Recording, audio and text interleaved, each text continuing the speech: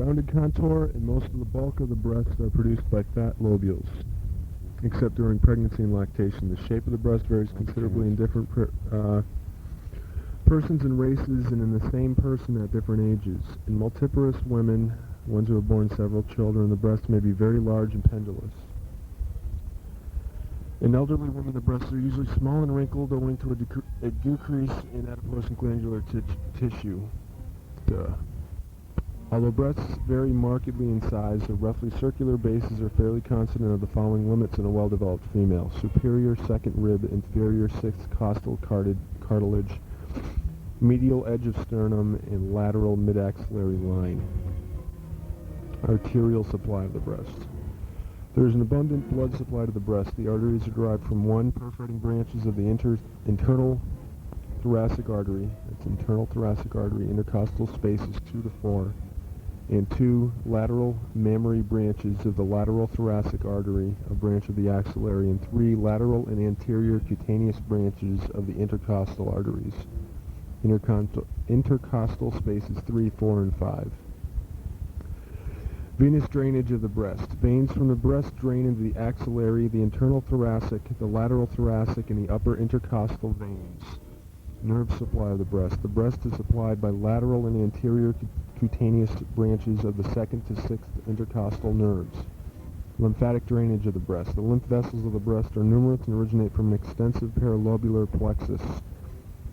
Most lymph vessels follow the lactiferous ducts to the areola, where they form a subareolar lymphatic plexus. From here, the lymph vessels pass to the pectoral group of axillary lymph nodes. Some lymph vessels pass to 1. The supraclavicular lymph nodes, 2. The opposite breast, 3. The peristernal lymph. Peristernal lymph nodes into the thorax, and 4. The abdominal lymph nodes. Clinically oriented comments. A clear understanding of the lymphatic drainage of the breast must be obtained because of its importance in the spread of carcinoma of the breast cancer, one of the 2 most common types of female cancer. Cancer cells are carried by the lymph vessels to lymph nodes, where they lodge, producing nests of tumor cells called metastases. Consequently, metastases may develop in the supraclavicular lymph nodes, the axillary lymph nodes, the opposite breast, or in the abdomen. The axillary lymph nodes are the most common site of metastases from carcinoma of the breast. Thus, enlargement of the axillary lymph nodes in a female suggests the possibility of breast cancer. Cancerous nodes tend to be hard and are usually not tender.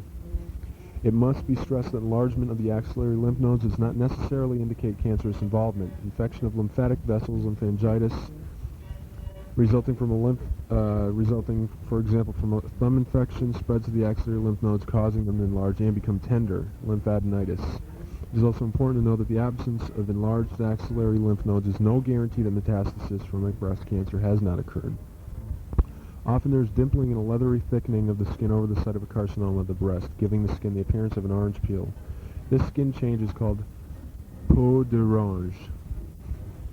Interference with the lymphatic drainage of the breast produces the leathery thickening, whereas the dimpling of the skin is mainly caused by infiltration of the cancer cells along the suspensory ligaments of the breast.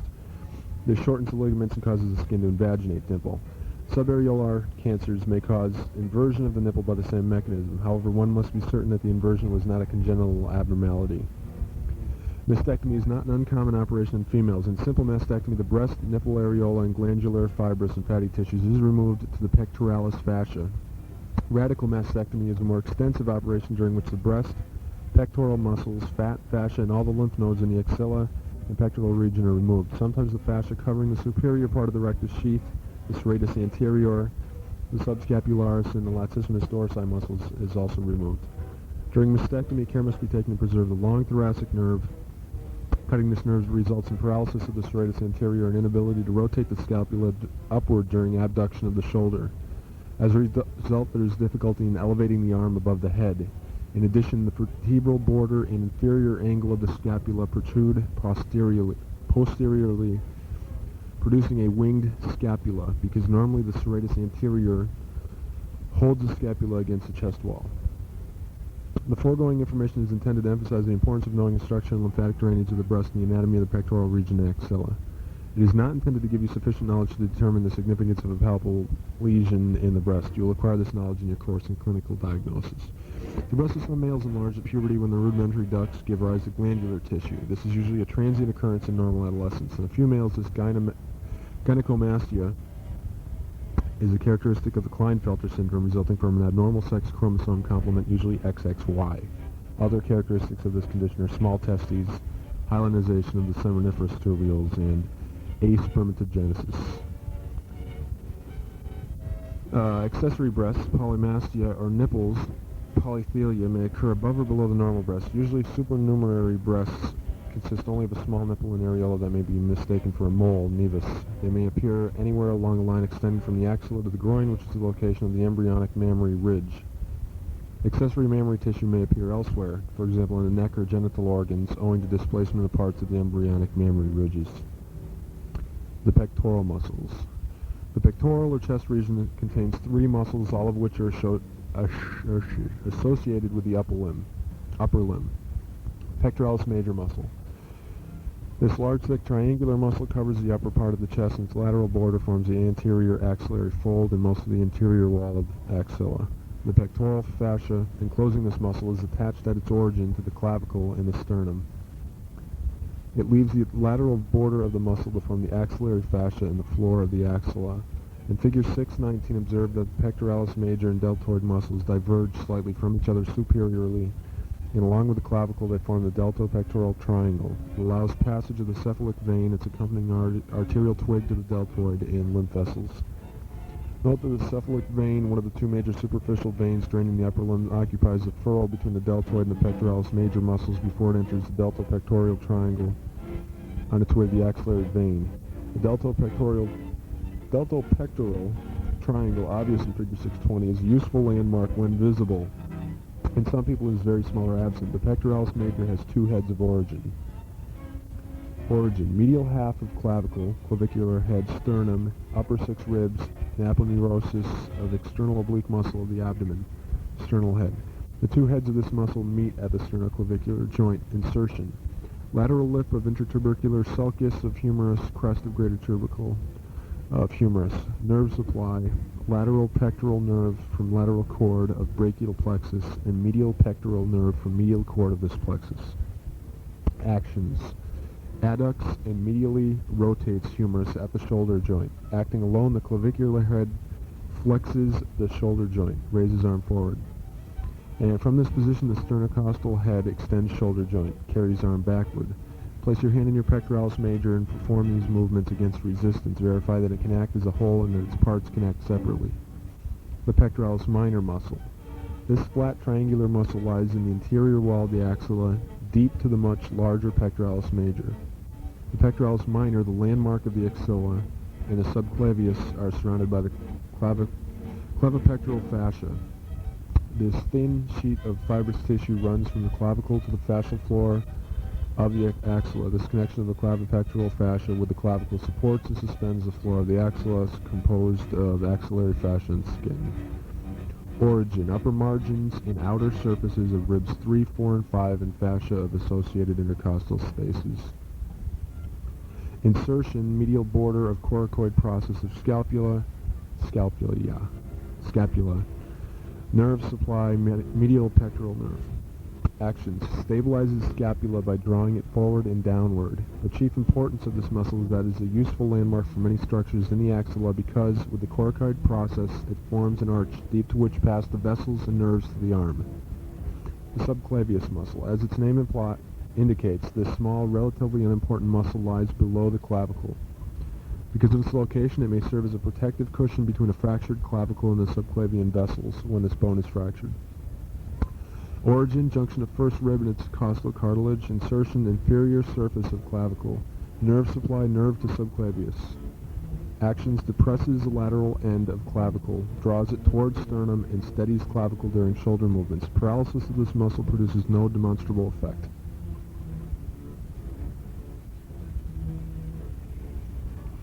The axilla. The axilla or armpit is a roughly pyramidal space fossa between the arm and the upper part of the thorax. It has four sides, an apex and a base. The axilla provides continuity between the thoracocervical region and the upper limb and a passageway for the nerves and vessels of the upper limb. The truncated apex of the axilla is directed toward the root of the neck and is located at the medial side of the root of the coracoid process. It is formed by the convergence of the bones in its three major walls, the clavicle and the anterior wall, the scapula and the posterior wall, and the first rib and the medial wall. The interval between these bones is the entrance to the axillary space through which all nerves and vessels pass to the upper limb. The base of the axilla, facing inferiorly, is formed by the fascia and skin of the concave axilla. The skin of the axillary base is usually covered with hair in postpubertal persons. Boundaries of the axilla. These boundaries can be visualized best in a cross-section through the axilla. The anterior wall. The clavicle and the pectoral muscles form the anterior wall. The lateral border of the pectoralis major forms the anterior axillary fold. Place your hand on your hip and press medially as you palpate your anterior axillary fold with the thumb and forefinger of your other hand. Posterior to the pectoralis major, the pectoralis minor and subclavius muscles form the deep layer of the anterior wall. These muscles are unimportant because, except that the pectoralis minor is a useful landmark for the vessels and nerves passing deep to it on their way to the upper limb. The posterior wall. This wall is formed chiefly by the scapula and the subscapularis muscle. Inferior to the subscapularis is the teres major, which combines with the latissimus dorsi to form the posterior axillary fold. The medial wall. This wall is formed by the ribs and the intercostal muscles, covered by the serratus anterior muscle. To palpate your serratus anterior, put your hand on a shelf and press downwards as you feel the side of your chest with the fingers of your other hand. The lateral wall. This narrow wall is formed by the floor of the intertubercular sulcus groove in the humerus, which lodges the tendon of the long head of the biceps muscle. This muscle and the coracobrachialis can be felt in the lateral wall of the axilla. Contents of the axilla. The axilla contains large important nerves which are branches of the brachial plexus passing from the neck to supply almost all the upper limb. It also contains the axillary vessels, the axillary artery and its branches, the axillary vein and its tributaries, and the axillary lymph vessels, and several groups of important axillary lymph nodes.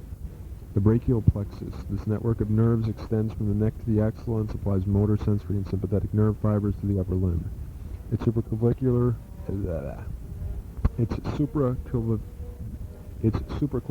part is deep to the floor of the posterior triangle, and its infraclavicular part is in the axilla.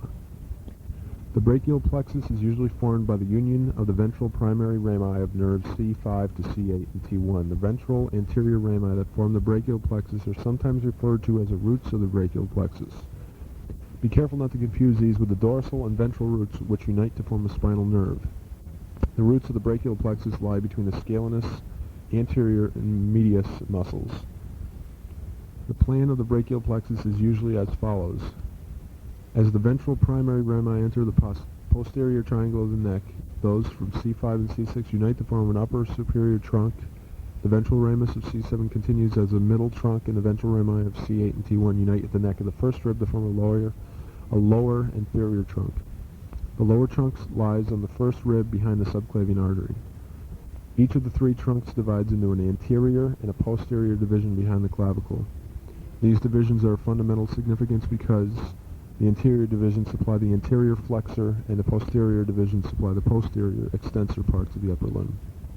The three posterior divisions unite to form the posterior cord. The anterior divisions of the upper and middle trunks unite to form the lateral cord, and the anterior division of the lower trunk continues as a medial cord.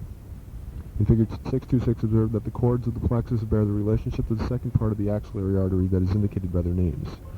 For example, the lateral cord is lateral to the axillary artery.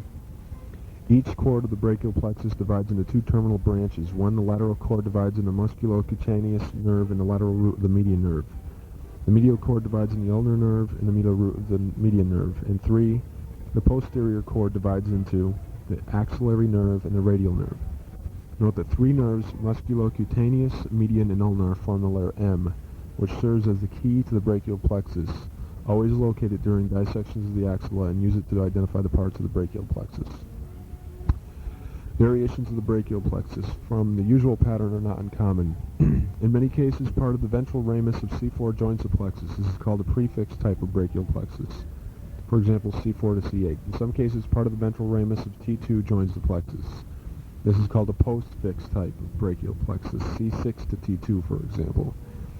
In some persons, trunk division or cord formation may be absent in one or other parts of the plexus. However, the makeup of the ultimate terminal branches is unchanged. In addition, the lateral or medial cords may receive fibers from ventral rami below or above the usual levels, respectively. In some people, the median nerve has two medial roots instead of one, but the M is still recognizable. The branches of the brachial plexus may be divided into supraclavicular branches of the roots and trunks and infraclavicular branches of the cords. Only the infraclavicular branches are approachable through the axilla. The supraclavicular branches, the roots and trunks of the brachial plexus, are as follows. 1. The dorsal scapular nerve arises from the ventral ramus of C5 and pierces the scalenus medius muscle to supply both rhomboid muscles and the levator scapulae.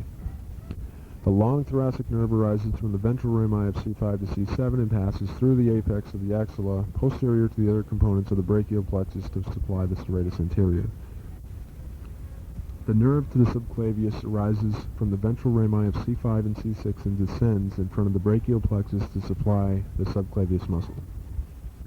The suprascapular nerve arises from the upper trunk, receiving fibers from C5 and C6 and passes laterally across the posterior triangle superior to the brachial plexus. After passing through the suprascapular notch in the scapula, it supplies the supraspinatus and infraspinatus muscles in the shoulder joint. The infraclavicular branches of the cords of the brachial plexus are as follows. The lateral cord of the brachial plexus has three branches. The lateral pectoral nerve, C5 to C7, pierces the cleft of pectoral fascia to supply the pectoralis major. This nerve is called lateral because it arises from the lateral cord. Remember this, otherwise you will be confused when you observe that it lies more medial on the chest wall than does the medial pectoral nerve. The musculocutaneous nerve, C5 to C7, supplying the muscles of the front of the arm, is one of the two terminal branches of the lateral cord. Oops, where'd we go? The lateral cord. Okay, of the lateral cord, period.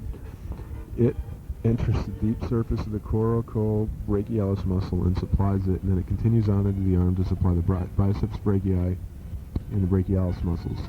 Just proximal to the elbow joint, it pierces the deep fascia and becomes superficial. From here, it is called the lateral cutaneous nerve of the forearm and supplies skin on the lateral aspect of the forearm. The lateral root of the median nerve is a continuation of the lateral cord. For example, in other words, it is the other terminal branch. It is joined by the medial root of the median nerve lateral to the axillary artery to form the median nerve. This nerve passes inferiorly to supply primarily flexor muscles in the forearm, 5 muscles in the hand, and the skin of the hand. The medial cord of the brachial plexus has 5 branches. The medial pectoral nerve, C8 and T1, enters the deep surface of the pectoralis minor muscle, supplying it and part of the pectoralis major. This nerve is called medial because it arises from the medial cord. In figure 6.2.3, note that it lies lateral to the lateral pectoral nerve. The medial brachial cutaneous nerve, or medial cutaneous nerve of the arm, C8 and T1, is a slender nerve that supplies skin over the medial surface of the arm and the upper part of the forearm.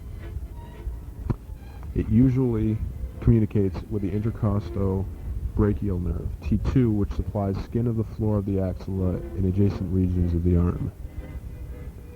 The medial antebrachial cutaneous nerve, or medial cutaneous nerve of the forearm, C8 and T1, runs down between the axillary artery and vein to supply skin over the medial surface of the forearm. The ulnar nerve, C8, T1, and often C7, is a terminal branch of the medial cord of the brachial plexus. This important nerve passes through the arm into the forearm and hand, where it supplies 1 1/2 muscles of the forearm, most small muscles of the hand, and some skin. The medial root of the median nerve is the other terminal branch of the medial cord. As stated previously, it joins with the lateral root to form the median nerve. The posterior cord of the brachial plexus has 5 branches. In general, they supply muscles that extend the joints of the upper limb. These branches also supply cutaneous nerves to the extensor surface of the upper limb. The upper subscapular nerve is a small nerve that supplies the subscapularis muscle.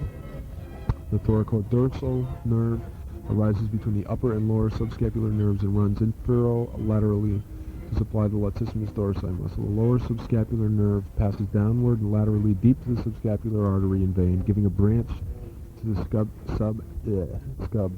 subscapularis muscle and ending by supplying the teres major muscle. The axillary nerve, circumflex nerve, from C5 and C6 is a large important terminal branch of the posterior cord of the brachial plexus. It passes to the back of the arm through the quadrilateral space in company with the posterior circumflex humeral vessels and supplies articular branches to the shoulder joint. When emerging from the quadrangular space, posterior lines around the surgical neck of the humerus and supplies the teres minor and deltoid muscles. It ends as the upper lateral brachiocutaneous nerve and supplies skin over the lower half of the deltoid and adjacent areas of the arm. The radial nerve, C5 to C8 and T1, is the other terminal branch of the posterior cord.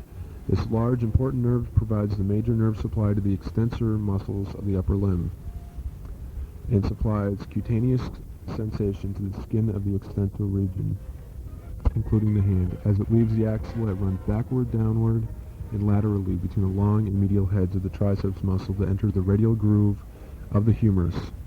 The radial nerve gives branches to the triceps, anconeus, brachioradialis, and extensor muscles of the forearm.